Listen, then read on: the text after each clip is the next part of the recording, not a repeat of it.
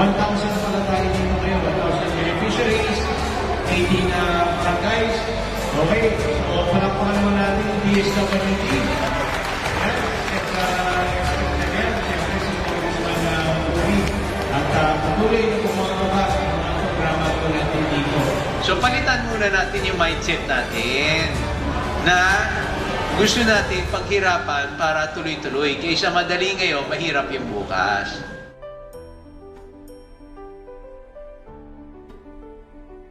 Gusto kong malaman ninyo, pamalang lungsod, nandito, yung barangay at yung DSWD para ay paramdam sa inyo na kabahagi kayo ng mga programa natin dito sa pamalang lungsod.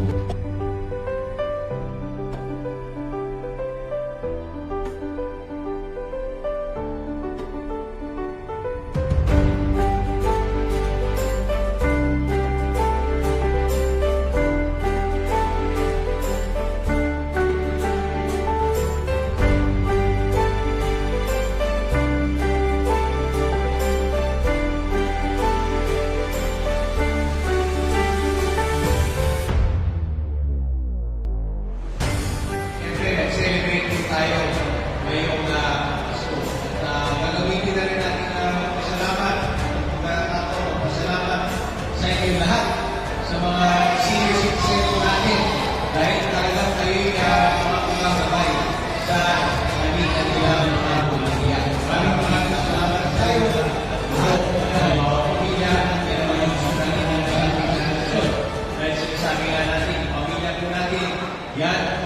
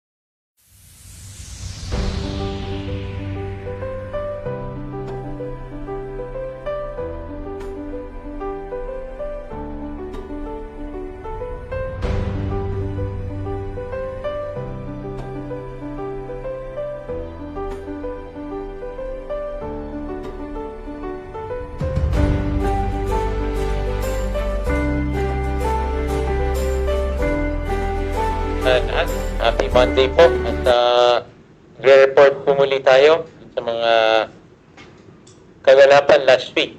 So, syempre simula last week, nagsimula na tayo ng ating pagdiriwang ng 120 years ng ating lungsod. Taon-taon, una naman natin syempre yung misa ng pasasalamat. Nagkaroon rin tayo ng blessing ng dalawang renovated na health centers po natin. Ito yung Dagat-Dagatan at sa Tansa. At nagkaroon rin po tayo ng Mutya Talent Night. Nagkaroon rin po tayo ng job fair.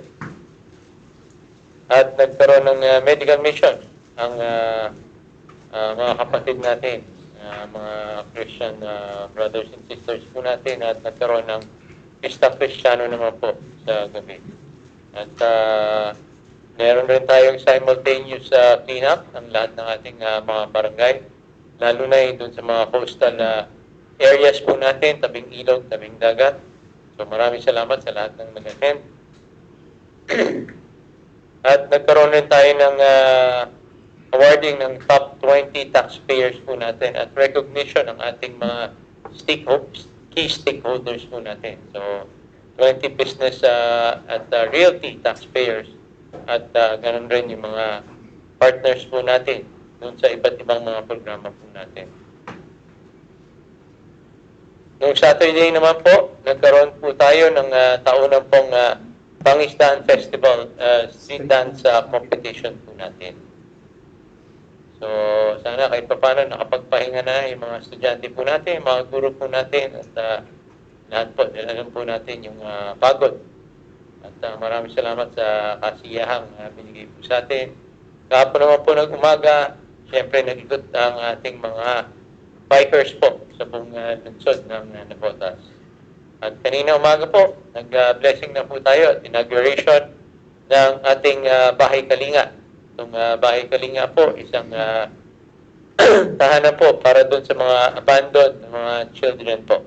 Okay, so hiwalay po ito doon sa Bahay Pag-asa. So yung mga naiwanan, ng mga kabataan, abuse.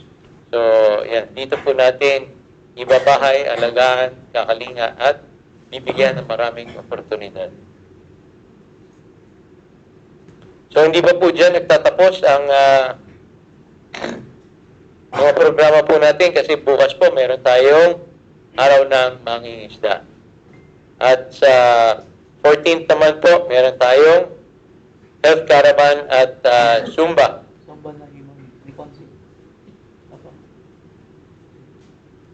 At yung 15th po ay coronation night ng ating mutya. At syempre yung 16 Grand Parade. Hindi pa rin po dyan natatapos ang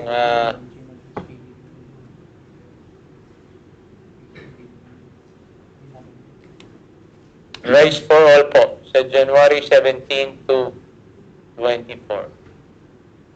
Okay? So, dun sa mga Rise for All, sana maayos na po. Siguro naman sa ngayon, ayos na po yung family tree po natin para mabilis po tayo. At kung wala po, pwede pa rin naman natin i-verify po yan. Pero kung gusto natin mas mabilis, ayusin na po natin ngayon yung ating family tree or pag-register sa NABO registro. So, isang bawat pamilya ay mabibigyan. So, sa January 14, meron tayong launching ng citywide HPV DNA screening doon sa cervical cancer screening po natin. So, January 14 po yan. Sa Tumana po ang launch po natin. Okay, doon sa mga nagtatanong, Grand Parade, si Miss Atisa Manalo at si Miss Max Collins po ang kasama po natin. High tide alert. So January 16 pa po ay pataas na naman po. At real property tax po natin, paalala, kung gusto natin mag-avail ng discount, 6% discount bago mag-March 31, dapat ma-fully paid po natin. Kung hindi naman po, pwede naman natin magbayad ng quarterly payments po.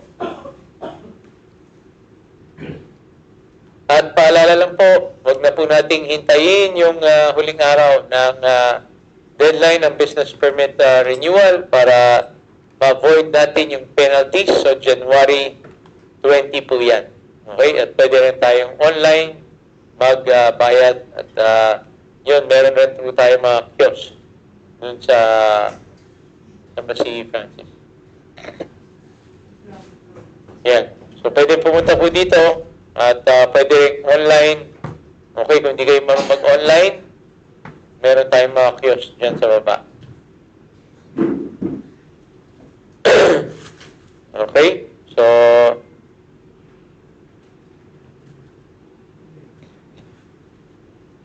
pwede na po tayong magtanong at ibigay ang ating mga suggestions.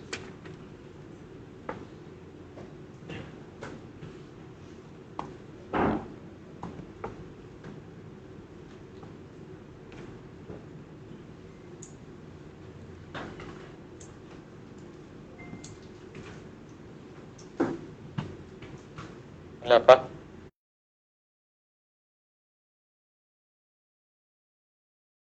Ba nitong HPV DNA screening sa tansa? So, sa Tumana lang po. Sa lahat ng health center. Lahat po ng health center, boss. At nakalagay doon, Tumana. Launching. Launching. Okay. So, yung launching po natin sa Tumana, pero lahat ng health centers meron po.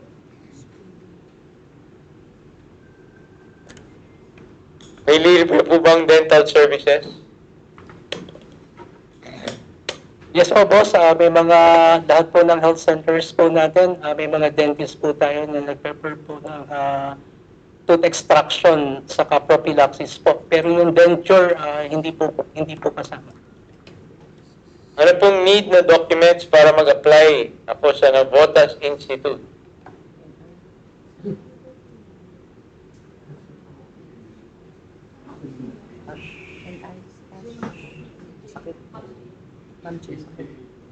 Mas kukunin na lang po namin yung data po na, yung information po na nagtatanong. I-forward na lang po namin kay Ma'am Cash po. Okay, send na lang po namin yung information na kailangan po ninyo.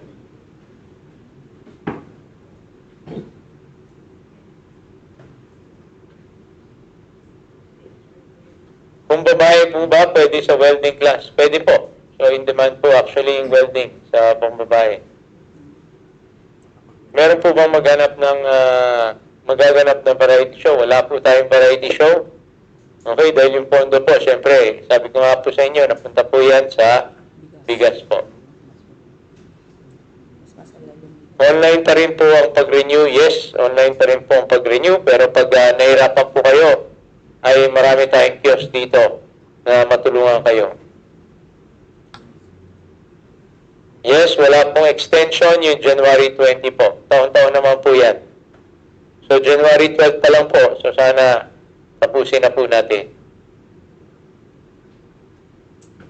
So, pwede po bang palagyan ng CCTV yung Centennial Park? So, meron po yan dati. Kaya lang ngayon po ay ayusin yung Centennial Park at ginawa pong isolation po yan. Pwede po bang babae sa school police?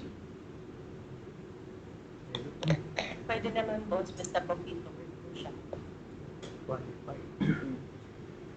So, pwede po bang mag-avail ng YAKA program? So, yan po yung mga prinopromote po natin, yung YAKA po. So, lahat ng center po, pa-register po tayo at syempre, pa-check up po tayo dyan. Ayun, yung paborito po natin, kailan yung pabahay sa NPC?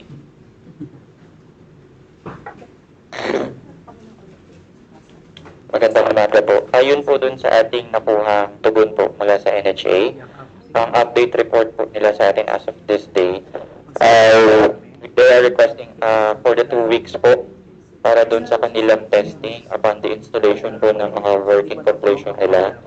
And then, hopefully, this January po ay makumpleto na po yung building at makapag-start na po tayo ng relocation po. I-inform po natin ang ating mga beneficiaries regarding po dun sa magiging schedule ng kanilang orientation at sa mga magiging proseso po ng ating relocation. Okay? So, yung pabahay, kung sino pwede mag-apply. So, sinabi na po natin to, ang priority po natin dito ay yung mga nasa danger area at yung mga uunahin po dun sa mga tatamaan ng mga proyekto, lalo na sa DK.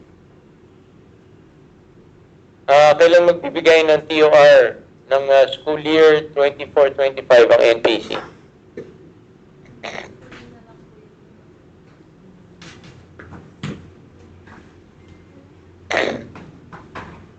Kunin na lamang po namin yung detalye para masagot po ng direkta. Thank you po. Okay, so pakibigay po yung pangalan para baka nandun na po yung transcript po ninyo. Okay, so wala na.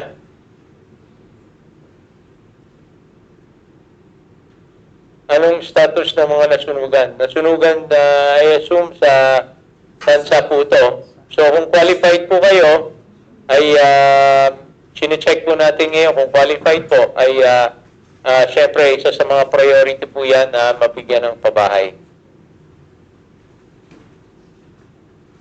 So ayaw rin po nating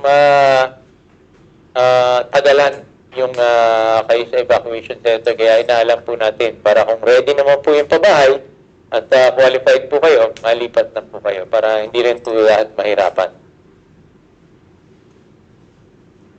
So, need po ba mag-register ulit? Dati na registered ng e-bike.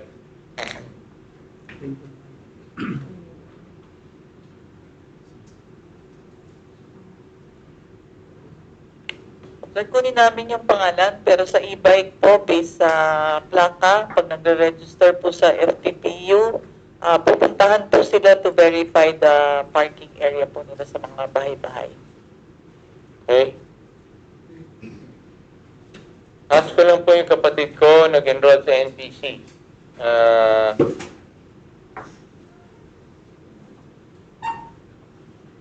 Nung halos isang hanggang 2 oras, inuwi dahil wala daw pong tentative schedule.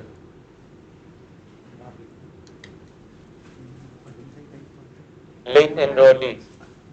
Eh, nandun naman sila on time. Okay? Tawagan na lang po namin, sir. Ongoing pa rin ho ang enrollment sa NBC. So, ongoing. Pero ba't siya pinanalyze na late? I-check po namin kung ito na lang pangalan. Pero pakabigay po ng pangalan po, verify po natin. Medical assistance for senior. Wala pa po tayong announcement galing sa DSWD kung kailan po mag-resume. Okay. So, wala na. Yun. Huli na yung medical assistance.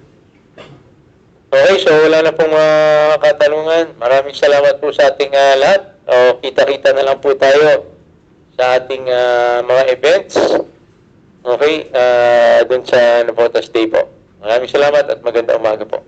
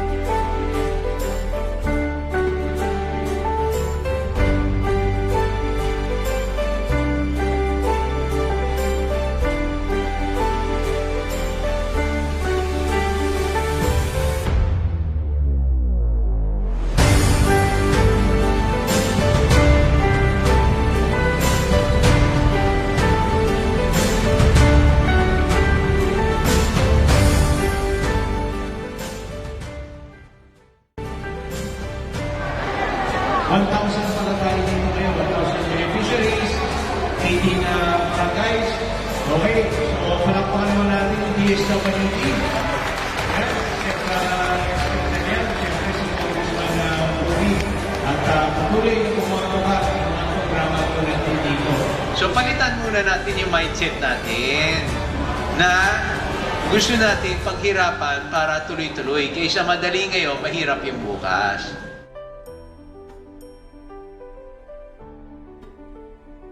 Gusto kong malaman ninyo, pamalang lungsod, nandito, yung barangay at yung DSWD para ay paramdam sa inyo na kabahagi kayo ng mga programa natin dito sa pamalang lungsod.